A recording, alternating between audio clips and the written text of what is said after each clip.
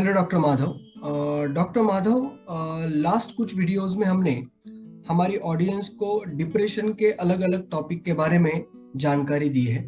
जैसे डिप्रेशन क्या होता है, डिप्रेशन एंड नर्वसनेस के बीच क्या अंतर होता है, हमें डिप्रेशन क्यों होता है, डिप्रेशन के सिम्टम्स क्या है, डिप्रेशन विदाउट मेडिकेशन कैसे ठीक होता है, इन चीज़ों के बारे में हमने जानकारी दी है। डॉक्टर माधव, जैसे लास्ट वीडियो में आपने ऑडियंस को बताया था कि डिप्रेशन विदाउट मेडिकेशन भी ठीक किया जा सकता है, लेकिन डॉक्टर ऐसा पाया गया है कि कुछ लोगों को मेडिसिन लेने ही पड़ते हैं। तो आज का सवाल आपसे यही है, ऐसा कौन सा डिसिसिव पॉइंट होगा या ऐसा कौन सा पॉइंट होगा जिस पॉइंट पे हमें ये डिसाइड करना होगा कि अभी हमारा डिप्रेशन नेचुरली ठीक नहीं होने वाला, हमें साइकेट्रिस्ट की जरूरत पड़ेगी ही या हमें मेडिसिन लेने की जरूरत पड़ेगी ही। तो इस बारे में डॉक्टर माधव हमारे ऑडियंस को आप जानकारी दीजिए। Doctor Madhav. Yes, Sushil sir. In fact, thank you so much for asking such a important question. ये बहुत ही important question है और मुझको ऐसा लगता है कि ये question का रिलेवेंस कई सुनने वालों के काम में आएगा। ये क्वेश्चन के जो अभी आंसर मैं देने वाला हूँ ये कई व्यूअर्स के, कई लिसनर्स के काम में आएगा, क्योंकि ये बहुत बहुत ही इम्पोर्टेंट क्वेश्चन आपने पूछा। हालांकि जिस व्यूअर ने आपको ये क्वेश्चन के बारे में जानकारी पूछी उसका भी कांग्रेचुलेशन करना चाहिए कि ये सच में बहुत अच्छी बात पूछी है, क्योंकि ये बात बिल्कुल सही है कि डिप्रेशन विदाउट मेडिसिन कुछ लोगों का ठीक नहीं होता। कुछ लोगों को डिप्रेशन में ठीक होने के लिए मेडिसिन की जरूरत लगती ही है।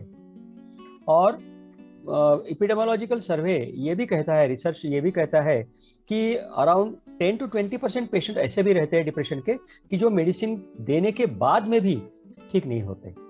कुछ न कुछ हद तक के, कुछ न कुछ मात्रा में डिप्रेशन उनका पनपता है, बनता है।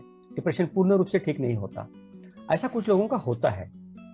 कहने का मतलब मित्रों, ये बात समझ ले कि डिप्रेशन ये इतनी स्वाभाविक या इतनी सरल बीमारी नहीं है। ये अपने ब्रेन के अंदर में, मेंदु के अंदर में सच में कोई चेंज कर देती है। और वो चेंजेस अगर बहुत ज्यादा समय तक के रहे या वो चेंजेस अगर बहुत ज्यादा डीप अगर बहुत है, बहुत गहरे चेंजेस है और उनका अगर स्पेस भी अगर बहुत ज्यादा ले रहे वो, मतलब मेंदु के अंदर में, ब्रेन के अंदर में, तो ऐसा डिप्रेशन जाना थोड़ा मुश्किल जाता है। और सारे पेशेंट्स डिप्रेशन के ठीक होते ऐसा भी नहीं है, कुछ पेशेंट ठीक नहीं भी होते। तो इसीलिए ये बहुत रिलेवेंट क्वेश्चन पूछा है, ये बहुत साइंटिफिक क्वेश्चन पूछा है आपने कि ऐसे क्या इंडिकेटर्स है जिसे देखने के बाद में, जिसे मालूम करने के बाद में आपको पहले ही पता चलेगा कि नहीं, ये डिप्रेशन में मुझको दवाई लेने की जरूरत पड़ने वाली है। तो आप सजग हो जाओगे, आप सावधान हो जाओगे। अगर किसी रिलेटिव को, किसी दोस्त को या खुद को भी अगर आपको इस प्रकार के अवस्था में से गुजरना पड़ रहा है तो आप सावधान हो जाओगे कि अरे हाँ, ये मुझको तो शायद दवाई लेने की जरूरत पड़ेगी, तो मैंने बहुत ज़्यादा समय विदाउट मेडिसिन मेरा डिप्रेशन ठीक करने में गंवाना नहीं चाहिए। क्योंकि जितना समय आपका जाएगा खुद को विदाउट मेडिसिन ठीक करने में, उतना ही आपका डिप्रेशन गहरा होगा, उतना ही डिप्रेशन के रिस्क फैक्टर आपको और ज़्यादा आएंगे, उतना ही आपके डिप्रेशन के कॉम्प्लिकेशंस बढ़ने की संभावना बढ़ जाएगी। इसलिए डिप्रेशन अगर आपको पता होगा, ये इंडिकेटर्स मैं भी बताऊंगा, ये इंडिकेटर्स अगर आपके साथ में लागू होते हैं या जो व्यक्ति डिप्रेस है, नर्वस है, उस व्यक्ति के साथ में अगर ये लागू होते हैं तो उन्हें सजग होना चाहिए और सीधा साइकेट्रिस्ट के पास में चले जाना चाहिए। अब जब आप साइकेट्रिस्ट के पास में दवाई के लिए जाते हो तो देखिएगा मित्रों, ये बात मैं आपको बता दूं कि डिप्रेशन को ठीक करने का जो टेक्स्ट बुक में लिखा हुआ है कि क्या ट्रीटमेंट करना चाहिए, उस ट्रीटमेंट का फर्स्ट ट्रीटमेंट है साइकोलॉजिकल काउंसलिंग, साइकोथेरेपी। मतलब बात कर करके, काउंसलिंग करके डिप्रेशन को ठीक करना चाहिए, ये पहला उपाय है। और काउंसलिंग किसने करना चाहिए? घर के लोगों ने नहीं, दोस्तों ने नहीं, वो साइकेट्रिस्ट ने करनी चाहिए या साइकोथेरापिस्ट या काउंसलिंग करने वाले जो स्पेशलिस्ट है उन्होंने करनी चाहिए। मतलब काउंसलिंग किस तरह से करनी चाहिए, क्या करना चाहिए, इसका एक स्पेशल ब्रांच है, स्पेशलिटी है वो, तो वैसे स्पेशलिस्ट आदमी ने वो काउंसलिंग करनी चाहिए। ये पहला उपाय है डिप्रेशन को ठीक करने का। डिप्रेशन को ठीक करने का दूसरा उपाय है दवाइयाँ। अब दवाइयों की जरूरत या इस प्रकार के काउंसलिंग की जरूरत पड़ेगी कब? अब नीचे जो मैं इंडिकेशंस बता रहा हूँ, इन सब चीजों में आपको ये जरूरत पड़ने की संभावना है। अभी मैं कुछ साधारण मतलब सामान्य या सहज इंडिकेटर बता रहा हूं और कुछ जटिल इंडिकेटर बताऊंगा। शुरुआत जटिल इंडिकेटर से करते हैं, समझने में थोड़ी सी दिक्कत जाएगी आपको, लेकिन इससे से शुरुआत करते हैं, फिर सामान्य और सहज इंडिकेटर जो है, जो इमीडिएटली आपके ख्याल में आएंगे, वो इंडिकेटर्स मैं बता दूंगा, क्योंकि आखिरी में जो इंडिकेटर्स बताऊंगा वो आपके याद में भी रहेंगे, ध्यान में भी रहेंगे। तो कुछ इंडिकेटर्स जो बहुत डिफिकल्ट है आपके ख्याल में आना, वो इंडिकेटर्स में से आपका सोचने का ढंग, थिंकिंग। देखिएगा, थिंकिंग दो प्रकार की होती है, कॉन्क्रीट थिंकिंग और एब्स्ट्रैक्ट थिंकिंग। कॉन्क्रीट थिंकिंग का मतलब यह होता है कि आपको नॉर्थ पोल और साउथ पोल की ही दिखता है। कभी भी आप अगर आपको डिप्रेसिव फीलिंग आ रहे हैं, तो आप यही सोच सकते हो कि एक तो आप डिप्रेशन में से निकल जाओगे, ठीक हो जाओगे, या आपका बहुत बुरा हाल हुआ, या ये बहुत बुरी घटना हुई। तो एक अच्छी घटना या बुरी घटना, यही छोर पकड़े जाते हैं सोचने वाले से।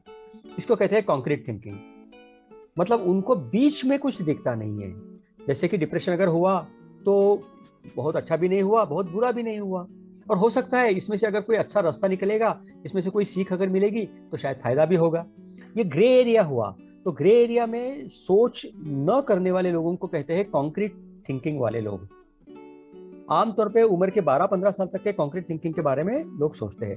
इसके बारे में अपना एक वीडियो भी है, मैंने एक वीडियो भी दिया है थिंकिंग के बारे में, आप जरूर जाकर के उस वीडियो में देखिएगा, कॉन्क्रीट थिंकिंग और एब्स्ट्रैक्ट थिंकिंग में क्या अंतर होता है। अगर आपकी कॉन्क्रीट थिंकिंग है तो आपका डिप्रेशन जाना बहुत मुश्किल जाएगा। ठीक है। अब इसके साथ में अगर आपकी टाइप ए पर्सनैलिटी है, तब भी आपका डिप्रेशन जाना मुश्किल जाएगा। टाइप ए पर्सनैलिटी का मतलब ये होता है कि छोटे छोटे भी अगर तनाव आपके जीवन में आए तो आप बहुत उससे प्रभावित हो जाते हो, वो आप तितर बितर हो जाते हो। तो ये छोटे तनाव से बहुत ज्यादा टेंशन लेने वाले जो व्यक्ति होते हैं, उनकी पर्सनैलिटी को टाइप ए पर्सनैलिटी कहते हैं। तो ये टाइप ए पर्सनैलिटी के अगर आप व्यक्ति हो, तो आपको डिप्रेशन भगाना, डिप्रेशन को विदाउट मेडिसिन निकालना, या खुद के ही मतलब साइकोलॉजिस्ट को या साइकेट्रिस्ट को मिले बगैर ठीक करना कठिन जाएगा। इसके साथ में अगर आपके पर्सनालिटी में कोई और अगर अंग है, जो ये तीसरा जटिल बात बता रहा हूं, अगर कुछ लोग ऐसे होते हैं जो मतलब सोच में बहुत बड़े पक्के होते हैं, उनकी सोच ऐसी फ्लेक्सिबल नहीं होती, लचीलापन उनके सोच में नहीं रहता है ना। इसके ऊपर में भी हमारा एक वीडियो है, आप उस वीडियो को भी जाकर के देख सकेंगे, जिसमें मैंने डिटेल में बताया है कि लचीलापन सोच में लाना बड़ा जरूरी है। कुछ लोग ऐसे रहते हैं जो बोलते हैं कि हमको सिर्फ सच बोलना ही अच्छा लगता, और किसी ने अगर झूठ बोला तो बहुत गुस्सा आता। साफ सफाई बहुत अच्छी होनी चाहिए, मतलब ये परफेक्शनिस्ट लोग हैं। तो ये परफेक्शनिज्म को पालने वाले या फॉलो करने वाले लोगों की जो सोच है, वो सोच उनको डिप्रेशन को अपने आप ठीक करने में दुविधा में डालेगी, मतलब उनको मदद नहीं करेगी। तो ये प्रकार अगर आपके पर्सनालिटी में है, ये प्रकार अगर आपके थिंकिंग में है, तो ऑन योर ओन डिप्रेशन से बाहर निकलना आपके लिए मुश्किल जाएगा। अब निम्नलिखित जो बाकी कारण मैं बता रहा हूँ, वो कारण आपको आसानी से समझ में भी आएंगे, और आसानी से वो कारण अगर आपको दिखे तो आप साइकेट्रिस्ट या काउंसलर के पास में चले जा सकोगे अपने आप को मदद करने के लिए, डिप्रेशन से बाहर निकलने के लिए। शुरुआत करते हैं महिलाओं से। कभी कभी ऐसा होता है कि डिलीवरी के बाद में या प्रेगनेंसी के ड्यूरेशन में डिप्रेशन आना महिला को बड़ा स्वाभाविक होता है। तो वो जो डिप्रेशन महिलाओं को होता है, वो डिप्रेशन प्रेगनेंसी खत्म होने के बाद में, डिलीवरी खत्म होने के बाद में बहुत बार अपने आप निकल जाता है। उसके लिए बहुत ज़्यादा कुछ करना नहीं पड़ता। लेकिन सारे लेडीज का जिनको प्रेगनेंसी में या डिलीवरी के बाद में डिप्रेशन आया है, वो अपने आप नहीं निकल जाता, कुछ लोगों को दवाई लेनी ही पड़ती है। अब उसमें फिर वही कारण जो मैंने पर्सनालिटी के बताए, थिंकिंग का स्टाइल बताया, वो अगर चीज़ें होगी तो उनको साइकोलॉजिस्ट के पास में या साइकेट्रिस्ट के पास में काउंसलिंग या दवाई के लिए जाना ही होगा। ठीक है ना। वैसे ही कुछ लोगों को कुछ महिलाओं को कुछ उनकी गायनिक में कुछ बीमारियां ऐसी होती है, जैसे कि उनको थायराइड है, जैसे कि उनको पीसीओडी है। तो थायराइड या पीसीओडी ऐसी जो बीमारियां अगर उनको है, ऑलरेडी है, तो उनका डिप्रेशन दवाई के बगैर निकल जाना बड़ा मुश्किल जाएगा। इसको हम कहते हैं कोमॉर्बिड कंडीशन। मतलब आपको डिप्रेशन के फीचर्स है, डिप्रेशन हो गया है, इसके साथ में आपको और भी कुछ बीमारियां ऑलरेडी पल रही है आपके शरीर में, आपके मन में, जिसका प्रभाव आपके मन के ऊपर में होगा। तो एक पहले मैंने बताया थायराइड अगर है तो, ठीक है ना। दूसरा फिर मैंने बताया अगर महिलाओं में अगर पीसीओडी है तो, पुरुषों में अगर आप लेके चले तो फिर से थायराइड उनके भी लिए लागू पड़ेगा। पुरुषों में आमतौर पे सब्सटेंस अब्यूज भी बहुत ज़्यादा मात्रा में लागू पड़ता है, जैसे कि अल्कोहल, कैनाबीज, ये अगर चीज़ें हैं तो मालूम पड़ेगा कि आपका डिप्रेशन जल्दी नहीं जाएगा। अब इसमें नई चीज़ों का कुछ एडिशन आया है एडिक्शन में, जैसे कि मोबाइल एडिक्शन, जैसे कि टीवी का कोई एडिक्शन, पोर्नो एडिक्शन, ये सारे जो एडिक्शन है, इस एडिक्शन भी अगर आपके साथ में लागू पड़ते हैं तो आपका डिप्रेशन जल्दी से जाना मुश्किल जाएगा। इसके अलावा अगर आपको ओसीडी है, अगर आपके फैमिली में भी अगर कोई हिस्ट्री है साइकेट्रिक इलनेस की, तब भी आपका डिप्रेशन जाना मुश्किल जाएगा। अगर आपके फैमिली में हिस्ट्री है का मतलब आप भाई बहन और माता पिता, इनमें अगर कोई साइकेट्रिक की हिस्ट्री है तो बहुत डायरेक्ट इम्पैक्ट गिरेगा आपके ऊपर में, और आपका डिप्रेशन विदाउट मेडिसिन जाना बहुत मुश्किल जाएगा। लेकिन कभी कभी ऐसा होता है कि फैमिली के अंदर में माता पिता और भाई बहनों में किसी को डिप्रेशन या किसी को साइकेट्रिक की हिस्ट्री, साइकेट्रिक की बीमारी नहीं रहती, लेकिन साइकेट्रिक की बीमारी ऊपर में रहती है ना, जैसे कि चाचा में, मामा में, पंजोबा, आजोबा, इन लोगों में ये साइकेट्रिक की बीमारी रह सकती है। तो अगर आपके दादा में, अगर आपके नाना में, नानी में अगर ये बीमारियां किसी में अगर है, या अगर आपको मालूम होता है, तब भी आपकी बीमारी विदाउट मेडिसिन जाने की संभावना कम हो जाएगी, क्योंकि इसमें फैमिली हिस्ट्री आ गई है। इसलिए क्योंकि फैमिली हिस्ट्री ये बताती है कि आपको जो डिप्रेशन हो रहा है वो जेनेटिकली प्रेरित है, जीन्स में बदलाव आया है जिसके कारण आपको डिप्रेशन आया है। आमतौर पे डिप्रेशन तो उम्र के 15 साल के बाद में दिखने लगता है, 30-40 साल की उम्र में बहुत ज़्यादा मात्रा में दिखता है, लेकिन ये शुरुआत होता है जन्म से ही, जीन्स के साथ में आता है, इसलिए फिर वो डिप्रेशन चलता है। तो ये फैमिली हिस्ट्री अगर आपको है, कोमॉर्बिड कंडीशंस अगर आपको है, तो आपका डिप्रेशन जाने की संभावना बड़ी कम हो जाती है। इसके साथ में अब और थोड़ी आसान बात है, अगर आपका पीयर ग्रुप अच्छा नहीं है, अगर आपके साथ में दोस्त लोग अच्छे नहीं है, फ्रेंड लोग अच्छे नहीं है, अगर आपका सोशल सपोर्ट अच्छा नहीं है, फैमिली का सपोर्ट अगर आपके साथ में अच्छा नहीं है, तो आपका डिप्रेशन जाना डेफिनेटली मुश्किल जाएगा। क्योंकि अगर आपके पास में फैमिली सपोर्ट है, पीयर ग्रुप अच्छा है, तो डिप्रेशन जाने की मतलब जाने के लिए आपको सामान मिल जाएगा, ये लोग आपको मदद करेंगे।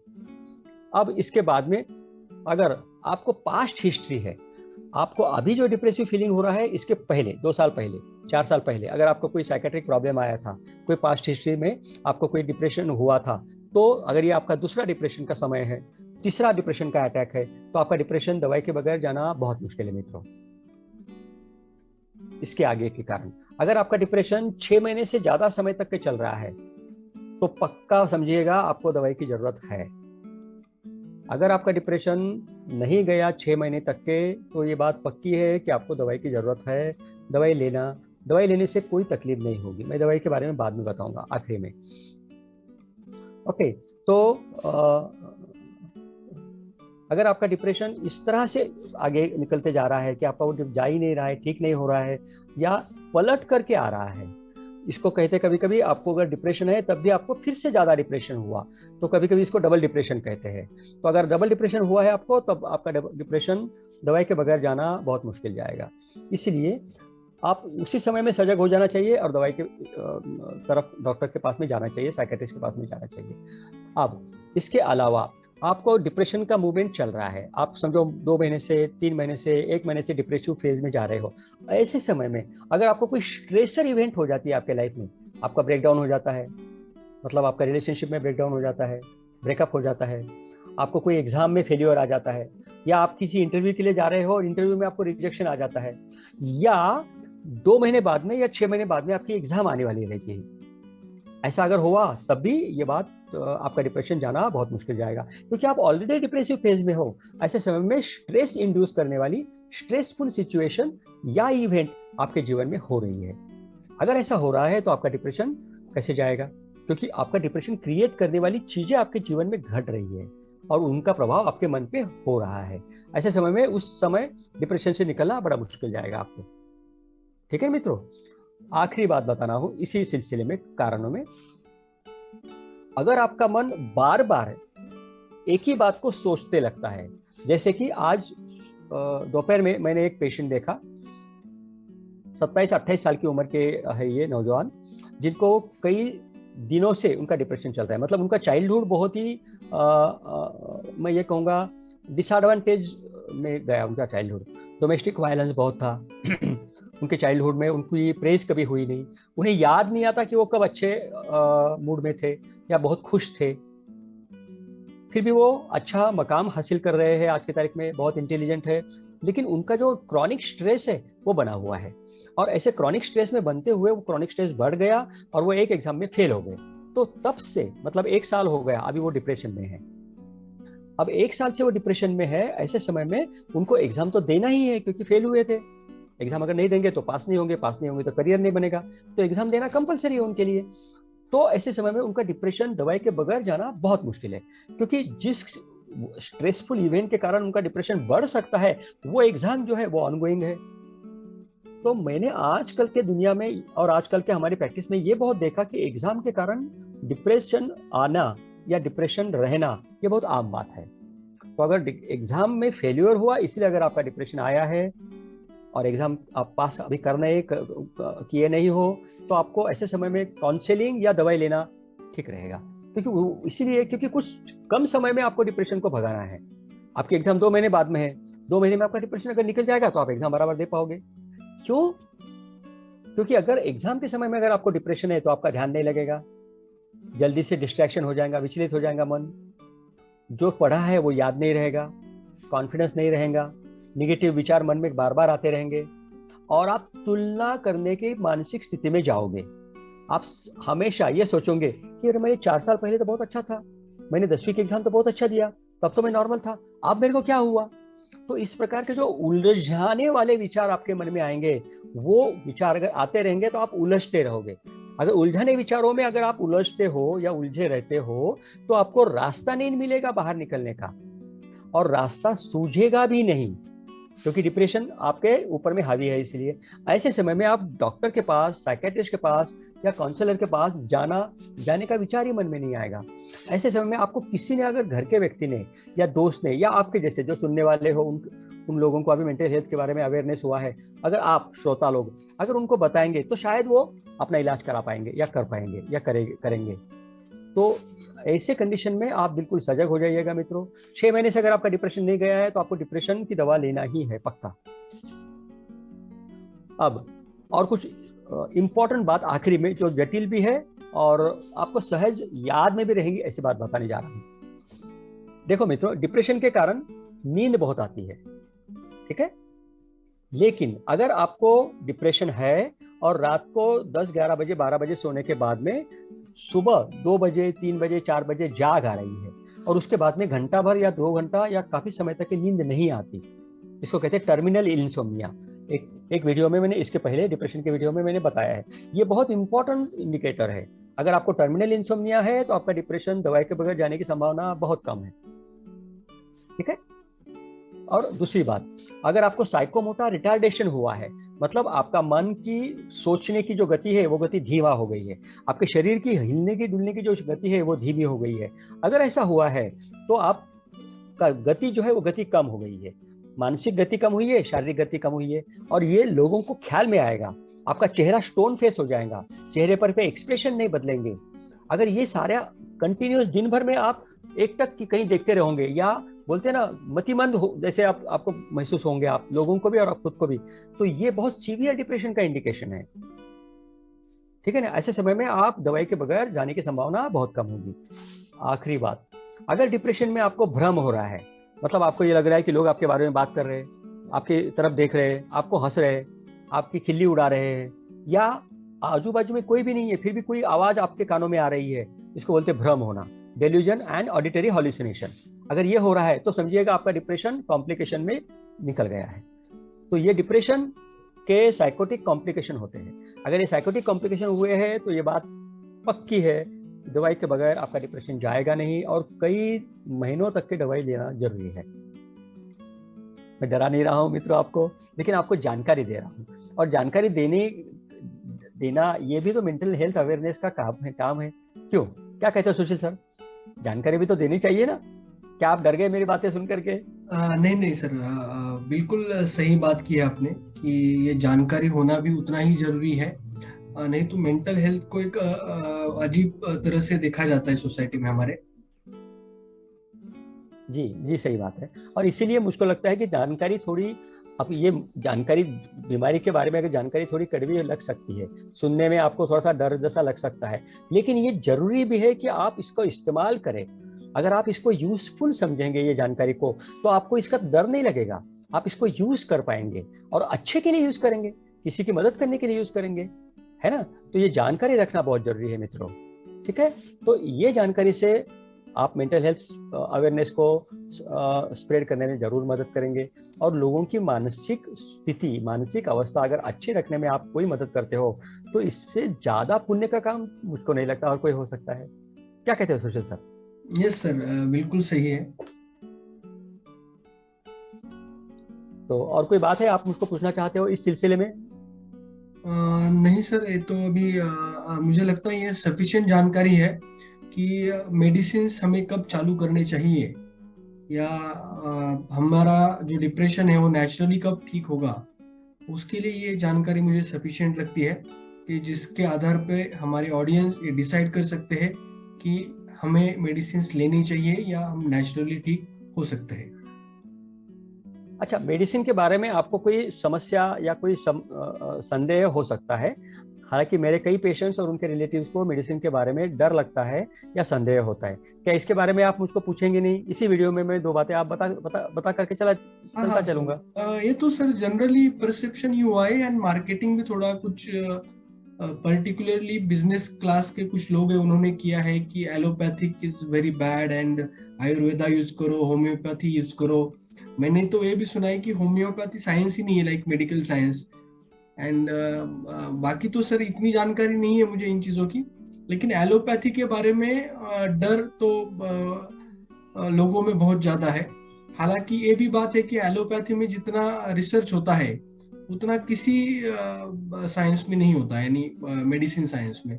तो आप वो डर को लोगों से, हमारे ऑडियंस से भी, ऑडियंस के मन से भी हटा सकते हो, तो आप जानकारी दीजिए। जी बिल्कुल। एक दो मिनट में ही ये जानकारी मैं शेयर करूंगा आप सब लोगों से मित्रों। देखिएगा, ये जो दवाइयाँ है साइकेट्रिक मेडिसिन, इसको कहते हैं साइकोट्रॉपिक मेडिकेशन। कई लोगों को ये लगता है कि साइकेट्रिस्ट के पास में जाने के बाद में नींद की दवाई दी जाती है, लेकिन ये सच नहीं है मित्रों। नींद की दवाई नहीं दी जाती है। हालांकि हम साइकेट्रिस्ट इसलिए बने हैं कि नींद की दवाई दिए बगैर आपको सुलाए, बात करके ही आपको सुलाए। मैं कई पेशेंट्स में सिर्फ बात करके सुला देता हूँ, और मेरे साथ बाकी सारे दोस्त लोग हैं वो भी ऐसा करते ही है। दवाई के बारे में डरने की बात नहीं है, दवाई का दुष्परिणाम नहीं होता, दवाई की लत नहीं लगती, ठीक है ना। दवाई कितने भी दिन अगर आप खाते रहे तब भी आपको दुष्परिणाम नहीं होता। सिर्फ अगर आप ये एतबार करेंगे कि दवाई लेते समय में बीच बीच में आपके जिस डॉक्टर ने दवाई आपको लिख के दिया है उनको मिलते रहिएगा।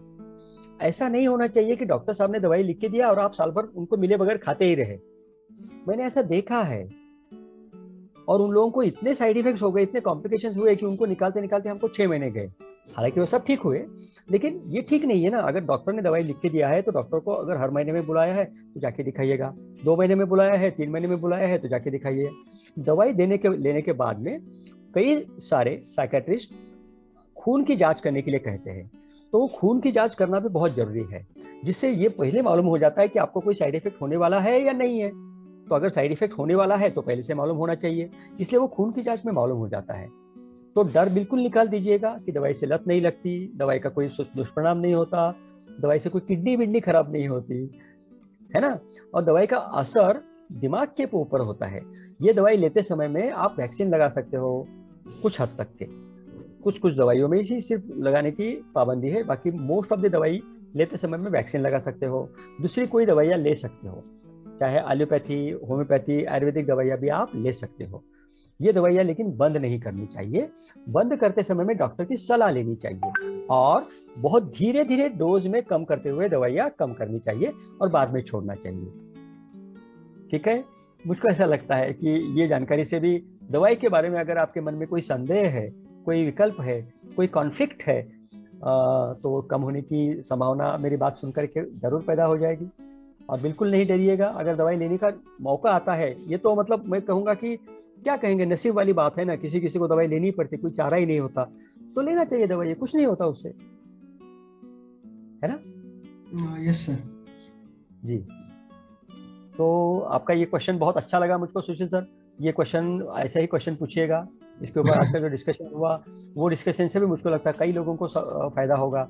कई लोगों का, इसको कहते हैं ना, इंसाइट डेवलप हो जाएगी, है ना। बोलते हैं ना, इंसाइट बोले तो अपना अंतर का ज्ञान जो है वो अंतर ज्ञान तैयार हो जाता है किसी बात को सुनने के बाद में। तो ये इंसाइट प्रोवोक करने वाले डिस्कशन होते हैं, ऐसा मुझको लगता है। यस सर, जो आपने जानकारी दी वो बहुत महत्वपूर्ण जानकारी थी। Thank you very much doctor Madhav. Thank you sir.